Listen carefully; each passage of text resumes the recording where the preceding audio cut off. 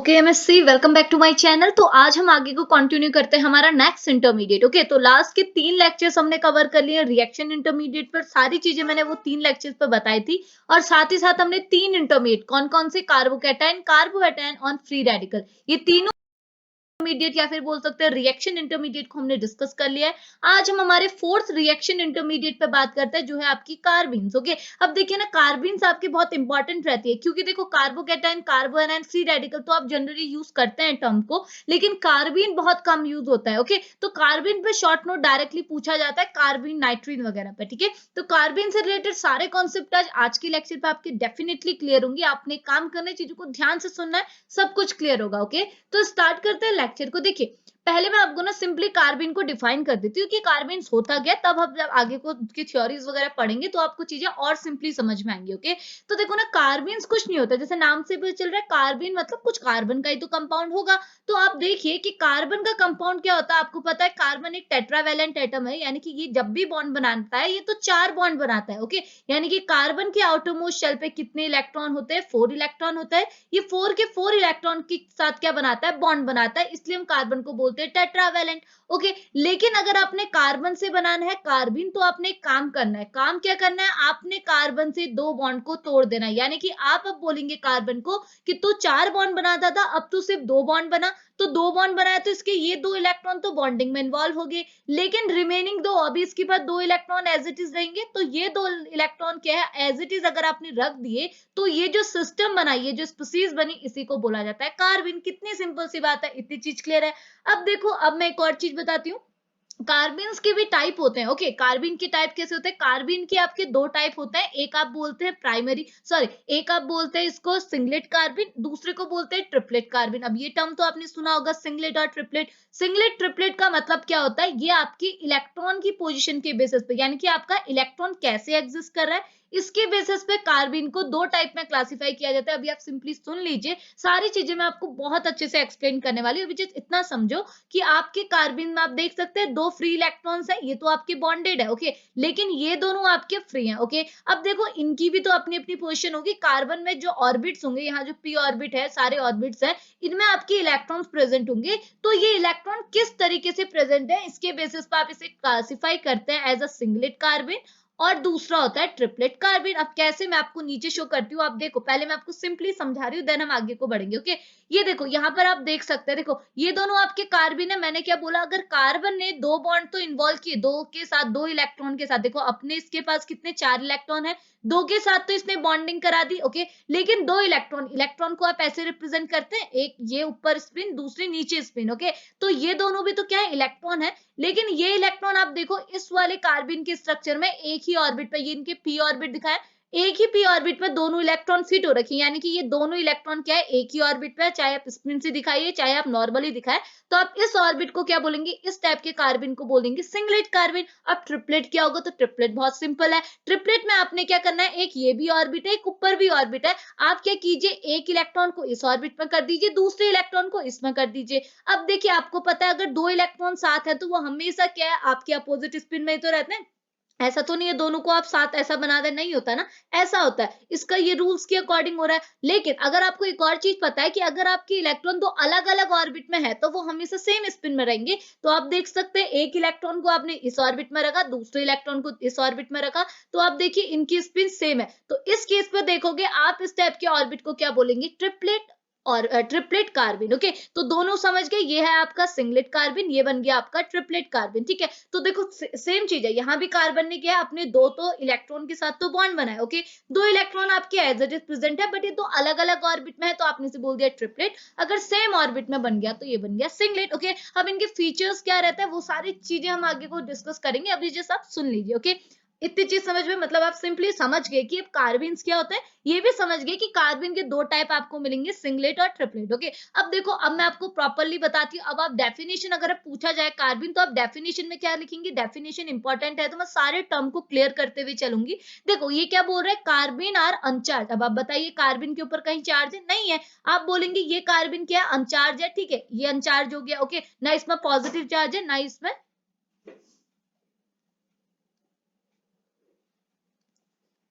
ना इसमें positive charge है ना ही इसमें नेगेटिव चार्ज है। ओके, अगली चीज ये एक टाइप की इलेक्ट्रॉन डेफिशिएंट मॉलिक्यूल है। अब आप बोलेंगे इलेक्ट्रॉन डेफिशिएंट क्यों होगी, कार्बन के पास तो भाई 4 इलेक्ट्रॉन होते थे और अभी भी 4 के 4 इलेक्ट्रॉन है, तो इलेक्ट्रॉन डेफिशिएंट क्यों कह रहे हैं। जनरली हम इलेक्ट्रॉन डेफिशिएंट कब कहते हैं, अगर किसी स्पीसीज के ऊपर पॉजिटिव चार्ज लगा है तो हम बोलते हैं इलेक्ट्रॉन डेफिशिएंट। नहीं, लेकिन ये भी आपकी इलेक्ट्रॉन डेफिशिएंट है। कैसे, अब मैं आपको बताती हूँ। देखिए, अगर मैं बोलूं यहाँ पर को कार्बन के पास कितने यहाँ पर को है, कार्बन ने 2 तो यहाँ बॉन्ड बनाया है कार्बन में और 2 इलेक्ट्रॉन आपके एज इट इज है। ओके, अब यहाँ आप नंबर ऑफ इलेक्ट्रॉन को काउंट कीजिए तो आपको कितने नंबर के इलेक्ट्रॉन मिल रहे हैं। तो आप देख सकते हैं 1 2 इलेक्ट्रॉन यहाँ है, 1 2 इलेक्ट्रॉन यहाँ है, यानी कि 4 इलेक्ट्रॉन ये होगी 5 6, यानी कि ओवरऑल आपके पास कितने इलेक्ट्रॉन है, 6 electron. But according to octet rule क्या बोलता है, ऑक्टेट रूल बोलता है कि आपके पास कितने इलेक्ट्रॉन होने चाहिए, 8 इलेक्ट्रॉन। तो देखो, अगर यहाँ पर कार्बन के पास टेट्रावैलेंसी होती, यहाँ तो ये क्या है, बाइवैलेंट है।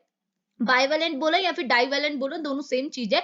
तो डाइवेलेंट मतलब क्या होगा, इसके पास सिर्फ 2 बॉन्ड बनाए जा रहे हैं, लेकिन ये कार्बन आपका टेट्रावेलेंट है क्योंकि ये कितने बॉन्ड बना रहा है, 4। तो अगर आप यहाँ नंबर ऑफ इलेक्ट्रॉन काउंट करेंगे तो 2 इलेक्ट्रॉन ये है, 2 ये है, 2 ये है और 2 ये है। इट मीन पूरे सिस्टम में कितने इलेक्ट्रॉन है, 8 इलेक्ट्रॉन। तभी आपका जो मिथाइल होता है या फिर आप बोल सॉरी जो तभी आपका जो मिथेन होता है, ये आपका क्या है, 8 इलेक्ट्रॉन सिस्टम होता है। तो आप इसे इलेक्ट्रॉन डेफिशिएंट नहीं कह सकते, ये तो इलेक्ट्रॉन डेफिशिएंट हो गया ना। क्यों, क्योंकि ऑक्टेट रूल के अकॉर्डिंग इसके पास होने चाहिए 8 इलेक्ट्रॉन, बट अभी इसके पास सिर्फ 6 इलेक्ट्रॉन है। अगर ये दोनों भी बॉन्डिंग में इन्वॉल्व हो जाते तो 8 बन जाते, लेकिन बॉन्डिंग में इन्वॉल्व नहीं है तो कितने इलेक्ट्रॉन हुए, सिर्फ 6 इलेक्ट्रॉन। दैट्स व्हाई ये हमारा क्या हो गया, एक इलेक्ट्रॉन डेफिशिएंट स्पीसीज। इतनी चीज क्लियर है।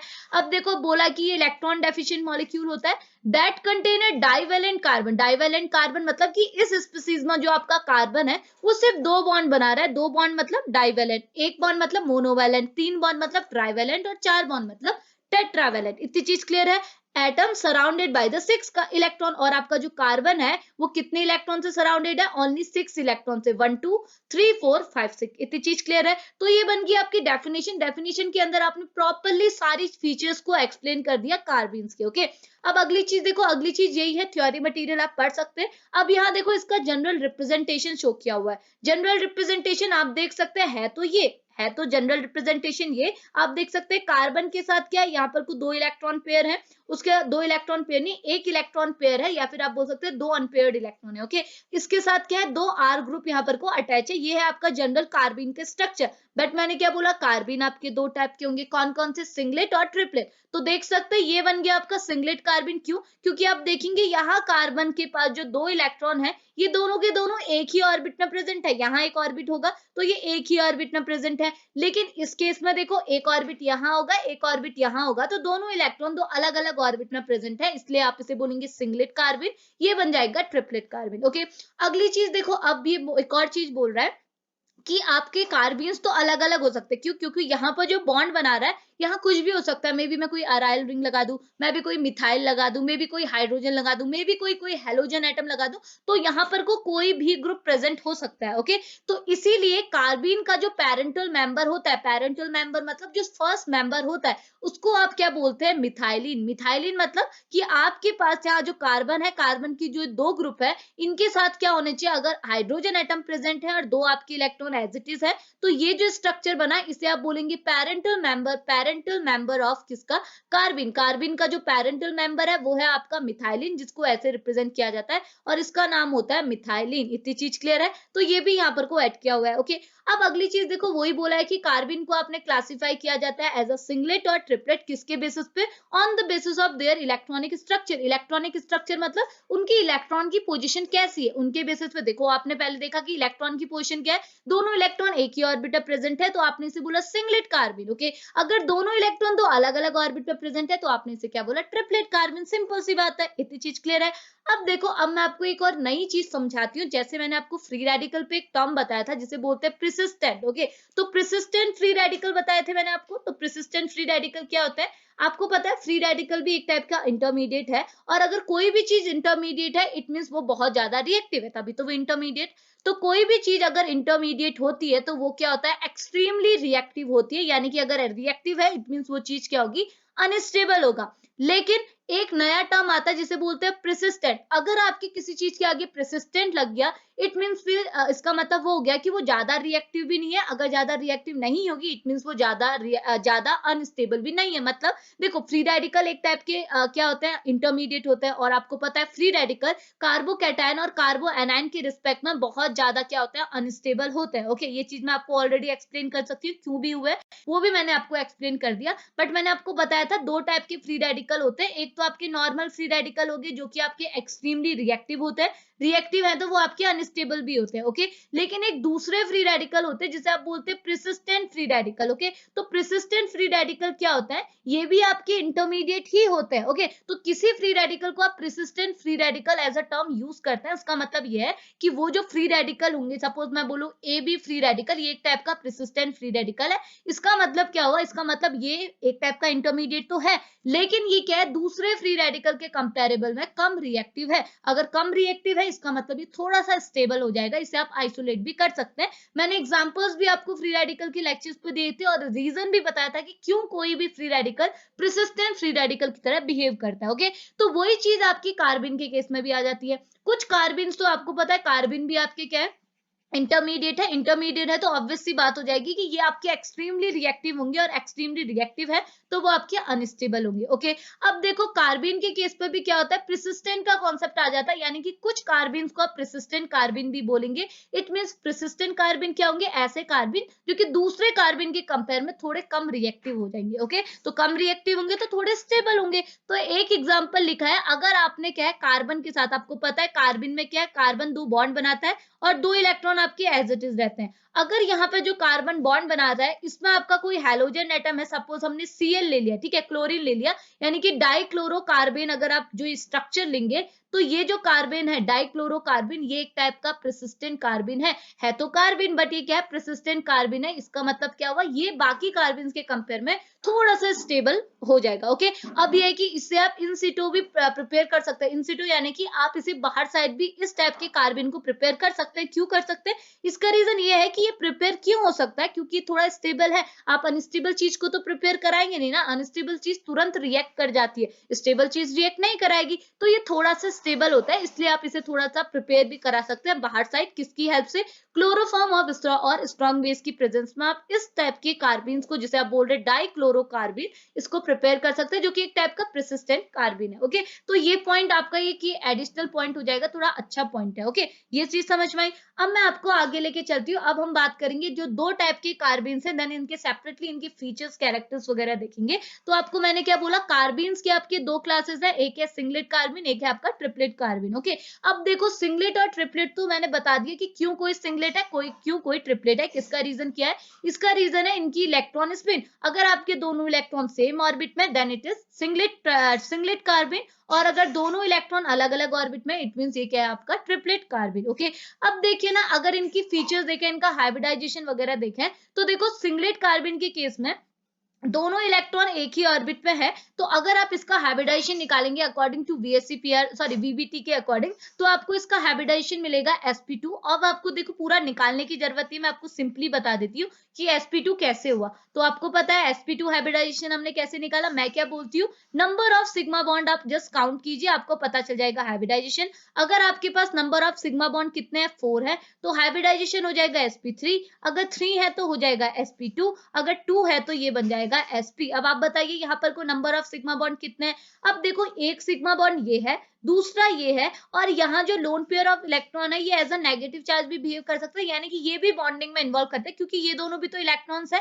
तो ये दोनों भी क्या है, जब बॉन्डिंग में इन्वॉल्व करते हैं तो आपके पास नंबर ऑफ सिग्मा बॉन्ड कितने हो जाते हैं, 3 हो जाते हैं। तो 3 के केस में नंबर ऑफ सिग्मा बॉन्ड अगर 3 है तो हाइब्रिडाइजेशन खुद ब खुद sp2 हो जाता है, ट्रिक होती है। ओके, सिमिलरली आप यहाँ देखेंगे तो यहाँ भी आपको sp2 तो मिलेगा, लेकिन यहाँ आपको हाइब्रिडाइजेशन कभी कभार sp भी मिलता है। इसका रीजन भी मैं आपको बताती हूँ। देखिए, अगर आप इनकी ज्योमेट्री देखेंगे ना, तो उसके अकॉर्डिंग आपको पता चलेगा कि इसका हाइब्रिडाइजेशन हम sp क्यों कहते हैं। ओके, तो देखो sp3 का रीजन तो ये है कि आप यहाँ पर को देखो, अगर आप बॉन्ड एंगल निकालेंगे ना, तो आपको बॉन्ड एंगल क्या मिलेगा, देखो आपने हाइब्रिडाइजेशन निकाल दिया, आपको मिल गया sp2। ये एक प्लेनर टाइप का स्ट्रक्चर है। अब आप यहाँ पर को देखो, इनका बॉन्ड एंगल क्या है, हाइड्रोजन, कार्बन और हाइड्रोजन ये एक दूसरे के साथ ऐसे वी के फॉर्म में अरेंज है, यानी कि ये ऐसे अरेंज है hydrogen, carbon and hydrogen. Okay, इनका अगर आप बॉन्ड एंगल निकालेंगे तो आपको मिलेगा 105। ओके, 105 डिग्री का इनका बॉन्ड एंगल होता है, हाइब्रिडाइजेशन होता है sp2। ओके, लेकिन यहाँ देखो आपका बॉन्ड एंगल इंक्रीज हो जाता है। कैसे?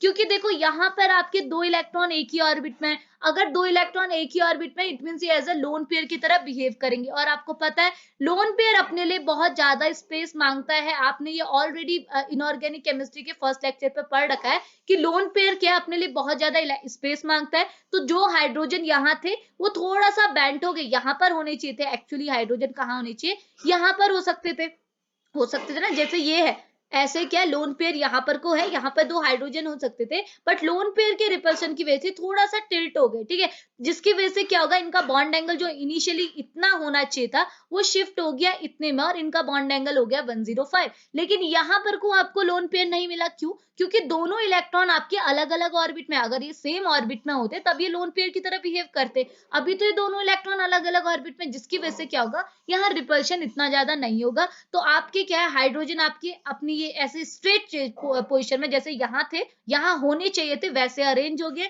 जिसकी वजह से आप देखेंगे इनका बॉन्ड एंगल कितना ज्यादा होगा, इनका बॉन्ड एंगल होता है 135 डिग्री। ठीक है, तो देखो 102 और 135 किसकी वजह से बॉन्ड में रिडक्शन आ जाता है, बॉन्ड एंगल में रिडक्शन किसकी वजह से आता है, लोन पेयर ऑफ इलेक्ट्रॉन के रिपल्शन की वजह से। तो आप देख सकते हैं आपके सिंगलेट के केस में लोन पेयर ऑफ इलेक्ट्रॉन है, जो कि आपके जो बॉन्डेड इलेक्ट्रॉन है इनको क्या करेंगे, रिपेल करेंगे। तो आपका बॉन्ड अगर रिपेल हो जाएगा, थोड़ा सा टिल्ट हो जाएगा, जिसकी वजह से बॉन्ड एंगल क्या होगा, आपका रिड्यूस हो गया, जो कि 105 में शिफ्ट हो गया। और यहाँ देख सकते हैं यहाँ लोन पेयर नहीं है, तो बॉन्ड एंगल में कोई भी चेंज नहीं आया, और बॉन्ड एंगल हो गया आपका 135 डिग्री का। इतनी चीज क्लियर है। अब आप देखो, अगर आप यहाँ इसकी ज्योमेट्री देखेंगे तो आपको ये लीनियर ज्योमेट्री मिल रही है। तो लीनियर ज्योमेट्री किसकी होती है, sp की होती है। तो ऐसा कंसीडर किया जाता है कि मे बी इसका हाइब्रिडाइजेशन, देखो ट्रिपलेट स्टेट आपको बहुत रेयर मिलती है। ओके, सिंगलेट कार्बिन तो आपके जनरली फाउंड होते हैं, मिलते हैं, लेकिन ट्रिपलेट वाले कार्बिन बहुत रेयर मिलते हैं। इसलिए ऐसा होता है कि ऐसा कंसीडर किया जाता है कि मे बी इसका हाइब्रिडाइजेशन sp हो, मे बी इसका हाइब्रिडाइजेशन sp2 हो। लेकिन मोस्ट ऑफ द टाइम ये देखा गया है कि इसका हाइब्रिडाइजेशन sp2 ही होता है। ज्योमेट्री के बेसिस पर आप इसको sp नहीं कंसीडर कर सकते। ओके, तो वही चीज यहाँ लिखा है कि सिंगलेट के केस पर आपको क्या sp2 हाइब्रिडाइजेशन मिला, sp2 हाइब्रिडाइजेशन मिला और प्लेनर ज्योमेट्री मिली। और ट्रिपलेट के केस पे क्या है, आपके पास 2 अनपेयर्ड इलेक्ट्रॉन है। यहाँ देखो कोई भी पेयर्ड नहीं है, क्योंकि दोनों अलग अलग ऑर्बिट में है, जिसकी वजह से क्या होगा, आपको इसका हाइब्रिडाइजेशन आइदर sp2 मिलेगा और मे बी sp मिलेगा। ओके, तो जनरली क्या है, आपको यहाँ पर को क्या है, देखो अगर sp होता तो इट मीन लीनियर होता, मतलब लीनियर है तब हम इसे sp कह रहे हैं, ऐसा रीजन हो जाता। बट हम जनरली क्या होता है, sp2 टाइप के ट्रिपलेट कार्बिन को ही कंसीडर करते हैं। ओके, अब देखो, अब हम आगे बढ़ते हैं। तो अब ये क्या बोल रहा है, अब यहाँ कुछ और फीचर्स दिए हुए, ये बोल रहा है कि ट्रिपलेट कार्बिन जो होते हैं, ऐसे कार्बिन जिसमें क्या होता है, आपके जो इलेक्ट्रॉन है वो ट्रिपलेट स्टेट में होते हैं। तो ये जो कार्बिन्स होते हैं वो जनरली पैरामैग्नेटिक बिहेवियर के होते हैं, यानी कि इनका बिहेवियर पैरामैग्नेटिक होता है। लेकिन अगर आप दूसरा देखेंगे, यानी कि आप अगर सिंगलेट कार्बिन देखेंगे, तो इनका बिहेवियर क्या होगा, डायामैग्नेटिक होगा। कैसे? अब आपने देखो, आपको पता है पैरामैग्नेटिक और डायामैग्नेटिक क्या होता है, हम क्या है जनरली ऑर्बिट के केस पे मैं आपको बताती हूँ, क्योंकि आप ऑर्बिटल के केस पे पढ़ते हैं, और ये भी तो आपके पी ऑर्बिट ही है। तो देखो, सपोज ये जो आपका पी ऑर्बिट है, मैं आपको ये दिखा रही हूँ सिंगलेट का, और दूसरा पी ऑर्बिट मैंने आपको किसका दिखाया, ट्रिपलेट का। ओके, तो अब देखो सिंगलेट के केस में आपके एक ही पी ऑर्बिटल में, ये आपका पूरा पी ऑर्बिटल है, इस पी ऑर्बिटल में कितने ऑर्बिट है, 3 ऑर्बिट है। तो एक ही ऑर्बिट में आपके दोनों इलेक्ट्रॉन पेयर के फॉर्म में, तो मैं इनको दोनों इलेक्ट्रॉन को पेयर के फॉर्म में दिखा रही हूँ। इसमें देखो आपके दोनों इलेक्ट्रॉन क्या है, आपके पेयर नहीं है, अनपेयर्ड है। तो एक इलेक्ट्रॉन यहाँ है, एक इलेक्ट्रॉन यहाँ है, ऐसा केस तो बन सकता है ना। तो अगर आपका पी ऑर्बिट कुछ ऐसे फॉर्म में है, इट मींस आप इस टाइप के कंपाउंड को क्या बोलते हैं, डायामैग्नेटिक बिहेवियर के। ओके, और अगर आपके जो इलेक्ट्रॉन्स है वो पेयर्ड फॉर्म में नहीं है, तो आप इसे क्या बोलते हैं, पैरामैग्नेटिक। इसीलिए आपको पता है, ये तो आपका बेसिक है, आप तो ये पढ़ चुकी है सीएफटी में। तो आप क्या बोलेंगे कि आपका जो ये ट्रिपलेट स्टेट है वो एक टाइप की क्या होता है, अगर आपका कोई कार्बिन है जिसमें ट्रिपलेट स्टेट है, तो आप बोलेंगे कि वो कार्बिन आपका क्या होगा, पैरामैग्नेटिक बिहेवियर का होगा, और आपका सिंगलेट कार्बिन क्या होगा, डायामैग्नेटिक बिहेवियर का होगा, जो चीज यहाँ पर को लिखी हुई है। ओके, और ये क्या कर रहा है, आप अगर इसे एब्जॉर्ब कराना चाहेंगे, and may be absorb by the electron spin resonance spectra. तो आपने ये ईएसआर पढ़ा था, मैंने आपको फ्री रेडिकल के केस पर भी बताया था।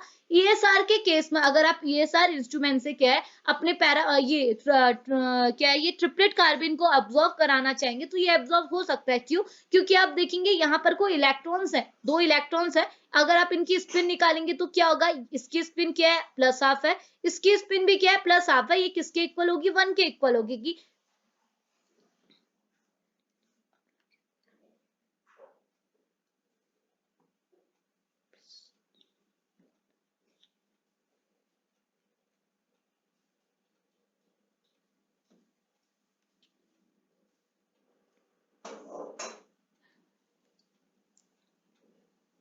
ठीक है। अगला क्या बोल रहा है देखो, ठीक है, और आगे क्या बोल रहा है, ये बोल रहा है कि and may be absorb by A electron spin resonance spectra. देखो ये मैंने ईएसआर के बारे में आपको किस पे बताया था, फ्री रेडिकल के केस पे। तो ये बोल रहा है कि अगर आपका कार्बन ट्रिपलेट है तो ये क्या है, ईएसआर में आपका अब्जॉर्ब हो सकता है। क्यों अब्जॉर्ब होगा, क्योंकि देखो ईएसआर क्या है, इलेक्ट्रॉन स्पिन रेजोनेंस, यानी कि इलेक्ट्रॉन होगा तभी तो वो एब्जॉर्ब होगा। तो आप यहाँ देख सकते हैं आपके दो इलेक्ट्रॉन है, ये दोनों इलेक्ट्रॉन एक दूसरे को कैंसिल आउट नहीं कर सकते। यहाँ पर देखो आपका जो सिंगलेट कार्बन है ये कभी भी ईएसआर के थ्रू एब्जॉर्ब नहीं हो सकता। क्यों, क्योंकि यहाँ भी आप बोलेंगे यहाँ भी दो इलेक्ट्रॉन है, यहाँ भी दो इलेक्ट्रॉन है, पर आप देखिए सिंगलेट के केस में दो इलेक्ट्रॉन एक दूसरे के एंटी पैरेलल है। ओके, अब यहाँ पर को क्या होगा, ये वाला क्या होगा, अगर मैं इसकी वैल्यू दिखाऊं तो ये होगी प्लस हाफ और इसकी वैल्यू कितनी होगी, माइनस हाफ। अब प्लस हाफ माइनस हाफ क्या होगा, एक दूसरे को कैंसिल करेंगे तो इनकी वैल्यू क्या होगी, जीरो होगी। तो इसीलिए क्या है, सिंगलेट वाले कभी भी ईएसआर में एब्जॉर्ब नहीं होते, लेकिन ट्रिपलेट होता है। क्यों, क्योंकि यहाँ पर एक स्पिन की वैल्यू है प्लस हाफ, दूसरे की भी है आपकी प्लस हाफ, तो plus half is equal to 1। तो यहाँ पर कोई इलेक्ट्रॉन की वैल्यू है तो आप इसे क्या है, ईएसआर के थ्रू एब्जॉर्ब कर सकते हैं। लेकिन सिंगलेट कार्बन की वैल्यू क्या होती है, स्पिन की वैल्यू, टोटल स्पिन की वैल्यू होती है जीरो,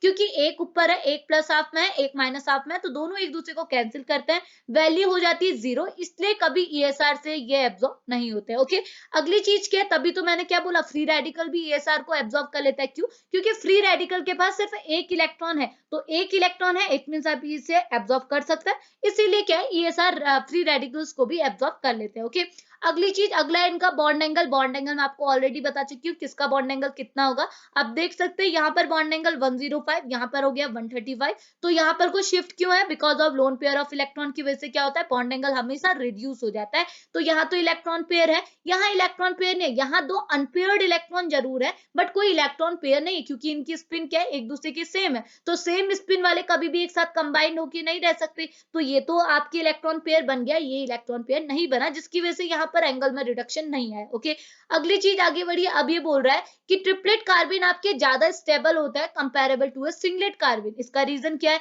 इसका रीजन क्या है, आप देख सकते हैं, अगर आप इसका एनर्जी प्रोफाइल डायग्राम देखेंगे तो आपको पता चलेगा कि नीचे पे देखो यहाँ पर है CH2, इनके ऊपर मुझे दो इलेक्ट्रॉन पेयर भी लगाने चाहिए थे। ओके, तो देखो ये वाला जो CH2 है, यानी कि ये वाला जो कार्बन है ये ट्रिपलेट कार्बन है, ये वाला जो कार्बन है ये आपका सिंगलेट कार्बन है। ओके, अब आप देखिए ट्रिपलेट कार्बन की एनर्जी यहाँ लाई कर रही है, सिंगलेट की एनर्जी यहाँ लाई कर रही है, तो देखिए एनर्जी का डिफरेंस आया, और ये एनर्जी का डिफरेंस अप्रोक्स 8 kcal पर मोल का होता है। तो अब देखो एनर्जी में डिफरेंस आने की वजह से आपको पता है जिसकी एनर्जी ज्यादा होगी वो आपका उतना ही ज्यादा क्या होगा, अनस्टेबल होगा। अगर जितना ज्यादा अनस्टेबल है उतना ही ज्यादा वो क्या होगा, रिएक्टिव होगा। और इसकी एनर्जी वैल्यू कम है, इट मीन्स ये आपका स्टेबल होगा, और अगर स्टेबल है होगा तो अनस्टेबल, बट इसके कंपेयर में स्टेबल होगा। अगर स्टेबल है तो ये रिएक्शन क्या है, थोड़ी कम करेगा। ओके, इसका मतलब क्या हो गया, आप बोल सकते हैं कि ट्रिपलेट कार्बन आपके सिंगलेट कार्बन के कंपैरेबल में थोड़ा सा ज्यादा स्टेबल होता है कंपेयर टू सिंगलेट, और ये क्या है, थोड़े टाइम के लिए एग्जिस्ट भी कर सकता है। ओके, क्यों, क्योंकि ये स्टेबल है, स्टेबल चीज तो एग्जिस्ट कर सकती है ना, इसीलिए। ओके, अगली चीज क्या है, यहाँ पर कोई एक और चीज लिखा है कि ट्रिपलेट कार्बन जनरली क्या होता है, गैसियस स्टेट में आपको स्टेबल करे हुए मिलेंगे, यानी कि ट्रिपलेट कार्बन अगर आपके पास है तो उनकी स्टेट जनरली गैसियस होती है, गैसियस फॉर्म में ये रहते हैं। और जो आपके सिंगलेट कार्बन होते हैं वो जनरली एक्वस मीडियम में एग्जिस्ट करते हैं। ओके, अगली चीज वही है, मैंने बता दी किसकी एनर्जी ज्यादा होती है किसकी एनर्जी कम, और एनर्जी डिफरेंस कितना होता है, 8 kcal पर मोल का, जिसकी वजह से आपका सिंगलेट कार्बन क्या होता है, आपका ज्यादा अनस्टेबल होता है comparable to a triplet carbon. इतनी चीज क्लियर है। अब आगे बढ़ते हैं, देखिए अब यहाँ पर को थोड़ा सा डिफरेंस की फॉर्म में एक्सप्लेन किया हुआ है। तो देखिए डिफरेंस क्या है, यहाँ पर को देखिए डिफरेंस है सिंगलेट और ट्रिपलेट में। ओके, तो देखिए सिंगलेट कार्बन मतलब कि यहाँ पर को आपका क्या होगा, सिंगलेट स्टेट होगी। सिंगलेट स्टेट मतलब आपके पास दोनों इलेक्ट्रॉन जो है वो एक ही ऑर्बिट में प्रेजेंट होगा। ट्रिपलेट कार्बन मतलब यहाँ होगी ट्रिपलेट स्टेट, यानी कि आपके जो दो इलेक्ट्रॉन है वो आपके दो अलग अलग ऑर्बिट में प्रेजेंट होगा। और ये ईएसआर इनएक्टिव होता है, क्यों होता है, क्योंकि यहाँ पर को दो इलेक्ट्रॉन एक ही ऑर्बिट में प्रेजेंट है, तो इनकी स्पिन क्या होगी, एक दूसरे के एंटी पैरेलल, यानी कि एक प्लस हाफ तो दूसरा होगा माइनस हाफ, तो इनकी वैल्यू हो जाती है जीरो। तो जीरो होने की वजह से ये कभी भी ईएसआर यानी कि इलेक्ट्रॉन स्पिन रेजोनेंस के थ्रू एब्जॉर्ब नहीं किए जाते, लेकिन ये एब्जॉर्ब किए जाएंगे। क्यों, क्योंकि इनकी वैल्यू होती है 1, क्योंकि प्लस हाफ प्लस आपको अगर आप ऐड करेंगे, क्योंकि स्पिन सेम होती है ना जैसे ऊपर बताया, तो ये क्या हो जाता है, ESR एक्टिव हो जाता है। ओके, ये इलेक्ट्रोफिलिक नेचर के होते हैं। इलेक्ट्रोफिलिक नेचर के क्यों होता है, क्योंकि देखो ये इलेक्ट्रॉन डेफिशिएंट होता है, इलेक्ट्रॉन डेफिशिएंट नेचर होता है, लेकिन इनका क्या होता है, न्यूक्लियोफिलिक नेचर होता है, ये इलेक्ट्रॉन रिच होता है। ओके, ऐसा कंसीडर किया जाता है। जनरली ट्रिपलेट स्टेट को तो एग्जिस्ट नहीं माना जाता है, बट ऐसा कंसीडर किया जाता है। अगर आप इनका बिहेवियर चेक करेंगे तो ये आपको थोड़ा न्यूक्लियोफिलिक बिहेवियर का मिलेगा। इलेक्ट्रॉन रिच मतलब न्यूक्लियोफिलिक मतलब इलेक्ट्रॉन रिच, और इलेक्ट्रॉन डेफिशिएंट मतलब इलेक्ट्रोफिलिक नेचर, तो इनका बिहेवियर कुछ ऐसा कंसीडर किया जाता है। ओके, अगर आप इनके मेटल के फॉर्म में अगर आप इनकी ऑक्सीडेशन स्टेट निकालेंगे तो सिंगलेट कार्बन की ऑक्सीडेशन स्टेट जनरली लो होती है, लेकिन ट्रिपलेट कार्बन में ऑक्सीडेशन स्टेट आपको हाई मिलेगी। ओके, अगली चीज, अगर आप इसे स्टेबलाइज कराना चाहते हैं क्योंकि ये अनस्टेबल होता है, अगर आप इसे स्टेबलाइज कराना चाहते हैं तो आप हेटेरो एटम का यूज कर सकते हैं। हेटेरो एटम अगर आप इसके साथ कंबाइन कराना चाहेंगे, यानी कि आपके कार्बिन है, इनके साथ हेटेरो एटम, सपोज आपने क्या कोई नाइट्रोजन ऑक्सीजन एटम लगा दिए, तो ये कार्बिन आपके थोड़े स्टेबलाइज हो जाएंगे। ओके, लेकिन अगर आपका कोई ट्रिपलेट कार्बिन है, ट्रिपलेट कार्बिन मतलब एक इलेक्ट्रॉन यहाँ, दूसरा इलेक्ट्रॉन यहाँ, देखिए यहाँ दोनों इलेक्ट्रॉन सेम पोजीशन में है। ओके, लेकिन अगर आपके दोनों इलेक्ट्रॉन अलग अलग ऑर्बिट में है और अगर आपने यहाँ पर कोई हेटेरो एटम लगा दिया, तो हेटेरो एटम की वजह से क्या होगा, आपका जो ये कार्बिन है, ये ट्रिपलेट कार्बिन, ये डिस्टेबलाइज हो जाएगा, यानी कि स्टेबल थोड़ा पहले था लेकिन ये अब अनस्टेबल होने लगेगा। ओके, अब दूसरा स्टेबलाइज किया जा सकता है बाय इलेक्ट्रॉन। अगर आप बाहर से कोई इलेक्ट्रॉन डोनेटिंग ग्रुप लगाएंगे जो इसको इलेक्ट्रॉन ऐड कराएंगे, तो आप अपने ये सिंगलेट कार्बिन को स्टेबलाइज करा सकते हैं। लेकिन अगर आपने सेम कंडीशन ट्रिपलेट के केस में अप्लाई की तो आपका ट्रिपलेट कार्बिन डिस्टेबलाइज हो जाएगा। ओके, अगली चीज यहाँ पर को क्या होता है, 18 रूल, 18 इलेक्ट्रॉन रूल जो होता है आपका EN रूल, ये फॉलो करता है, यानी कि सिंगलेट कार्बिन 18 इलेक्ट्रॉन रूल को फॉलो करता है, लेकिन आपका ट्रिपलेट कार्बिन 18 इलेक्ट्रॉन रूल को फॉलो नहीं करता है। ओके, तो ये इनके जनरल बेसिक डिफरेंस हो गया। ओके, अब आगे बढ़िए, देखो अब हम लोग देखते हैं कि ऐसी कौन कौन सी, लास्ट है, अब आपने क्या देखना है, ऐसी कौन कौन सी रिएक्शन है। आपने कार्बिन एज इंटरमीडिएट तो डिफाइन कर दिया, बट आपको पता है नंबर ऑफ इंटरमीडिएट है। अब आपको क्या करना है, कुछ ऐसी रिएक्शंस की एग्जांपल देने जहां पर को कार्बिन एज अ इंटरमीडिएट बिहेव कर रहा हो। ओके, तो स्टार्ट करते हैं। आपको यहाँ पर को दो टाइप की रिएक्शन दिखाई है, रीअरेंजमेंट रिएक्शन नहीं है यहाँ पे। तो आप देखिए यहाँ पर आपको दो टाइप की रिएक्शन दिखाई है। आप जैसे पहली रिएक्शन है addition of a double bond and a triple bond. अगर आपके किसी डबल बॉन्ड वाले कंपाउंड में या फिर ट्रिपल बॉन्ड वाले कंपाउंड में एडिशन रिएक्शन हुई, तो उस केस में आपको जो इंटरमीडिएट मिलेगा वो आपका होगा कार्बिन।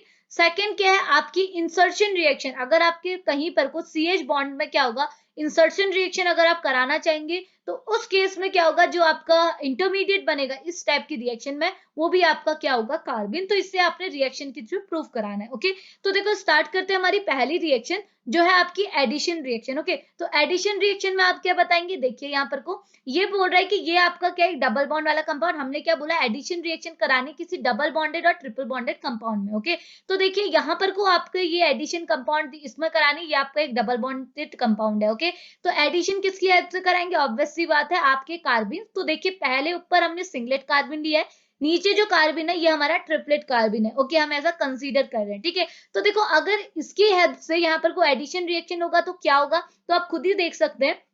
इस कार्बन के पास क्या है, दो इलेक्ट्रॉन पेयर है। ओके, तो ये दो इलेक्ट्रॉन पेयर, आपको पता है इलेक्ट्रॉन पेयर क्या है, अगर आप बताइए यहां से मैं एक बॉन्ड तोड़ दूं। ओके, यहाँ पर मैं डबल बॉन्ड का यानी कि स्पाई बॉन्ड का क्लीवेज करा, तो आपको पता है यहाँ पर को कौन सी क्लीवेज होगी, होमोलाइटिक क्लीवेज। होमोलाइटिक क्लीवेज क्या कहती है, अपना इलेक्ट्रॉन, अगर ये दो स्पीसीज के बीच में बॉन्ड है, अगर आपने होमोलाइटिक क्लीवेज करानी है तो होमोलाइटिक क्लीवेज के अकॉर्डिंग अपना एटम अपना अपना इलेक्ट्रॉन ही लेगा, यानी कि इसके पास ए के पास अपना इलेक्ट्रॉन है, बी के पास अपना इलेक्ट्रॉन है, इन्होंने कंबाइन करके बनाया बॉन्ड। तो अगर आप यहाँ इन दोनों का बीच का बॉन्ड तोड़ना चाह रहे हैं अकॉर्डिंग टू होमोलाइटिक क्लीवेज, तो ए के पास अपना इलेक्ट्रॉन जाएगा, बी के पास अपना। तो यहाँ पर आपने ये पाई बॉन्ड को जो कार्बन और कार्बन के बीच में लगाया, इसे तोड़ना है। ओके, तो जैसे आप पाई बॉन्ड को तोड़ेंगे, पाई बॉन्ड मतलब डबल बॉन्ड, जैसे आप इसे तोड़ेंगे तो एक पाई बॉन्ड किससे, एक दो इलेक्ट्रॉन से तो बना है, तो आप इस कार्बन का इलेक्ट्रॉन इस कार्बन को दोगे, इस कार्बन का इलेक्ट्रॉन इस कार्बन को दोगे। ओके, अब देखिए जैसे यहाँ पर को आपका कार्बिन रिएक्ट करेगा, तो कार्बिन का फॉर्मूला क्या है, सी के साथ दो ग्रुप लगे हैं R'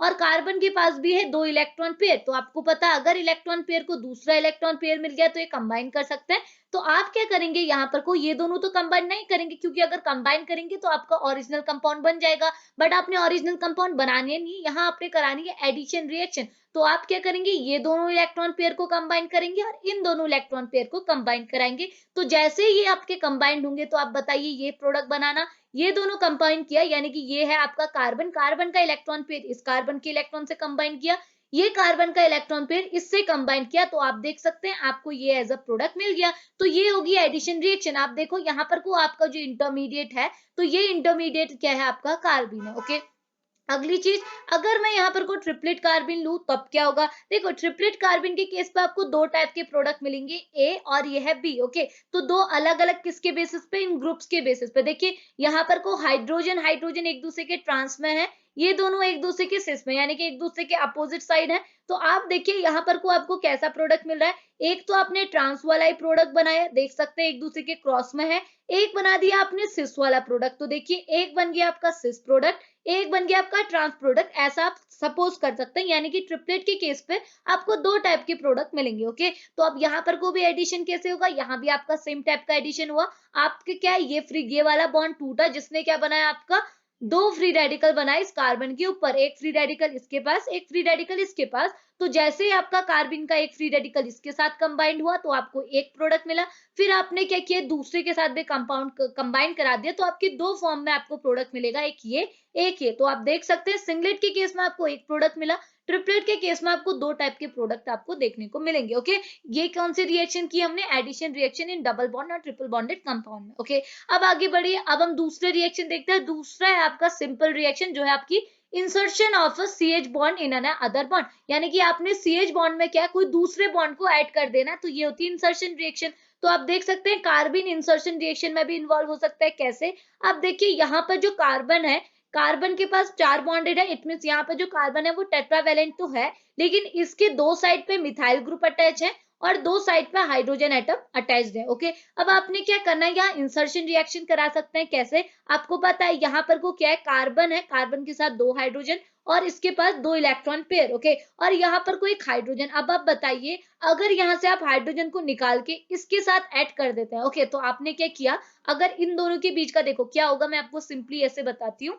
अगर आपने ये दोनों बॉन्ड को तोड़ दिया, यहाँ पर भी होमोलाइटिक क्लीवेज हुई, यानी कि ये जो हाइड्रोजन एटम है ये अपना इलेक्ट्रॉन ले गया और ये वाला कार्बन एटम अपना इलेक्ट्रॉन ले लिया। अब आप बताइए यहाँ पर को क्या होगा, यहाँ पर को ये हाइड्रोजन एटम फ्री रेडिकल वाला है, आप क्या कर सकते हैं, इस हाइड्रोजन एटम को इस कार्बन के साथ अटैच करा सकते हैं। तो जैसे ही कार्बन अटैच होगा तो क्या होगा, कार्बन का एक इलेक्ट्रॉन तो बैलेंस होगी, यानी कि यहाँ पर को मैं इसको ओवरऑल कुछ ऐसा बना सकती हूँ कि मैंने इसके साथ एक और हाइड्रोजन को ऐड कर दिया, तो हाइड्रोजन का फ्री रेडिकल कार्बन का फ्री रेडिकल हो गया कंबाइंड, तो एक बॉन्ड बन गया। ओके, सिमिलरली अब आप देखिए इस कार्बन के पास भी एक फ्री रेडिकल है, इस कार्बन के पास भी, तो ये दोनों भी तो कंबाइन कर सकते हैं। तो ये दोनों कंबाइन करेंगे तो यहाँ पर को हाइड्रोजन की प्लेस पे क्या आ जाएगा, मिथाइल ग्रुप। तो ये होगी वन स्टेप इंसर्शन रिएक्शन, जो कि कार्बीन क्या करती है, प्रोसीड कराती है। तो ये दो रिएक्शन की हेल्प से आप बता सकते हैं, क्योंकि टाइम लिमिट रहती है पेपर पे, तो आप क्या कर सकते हैं, ये दो एग्जांपल बढ़िया एग्जांपल है, सिंपल भी है, तो आप इसके थ्रू बता सकते हैं कि carbon as a intermediate behave करता है। ओके,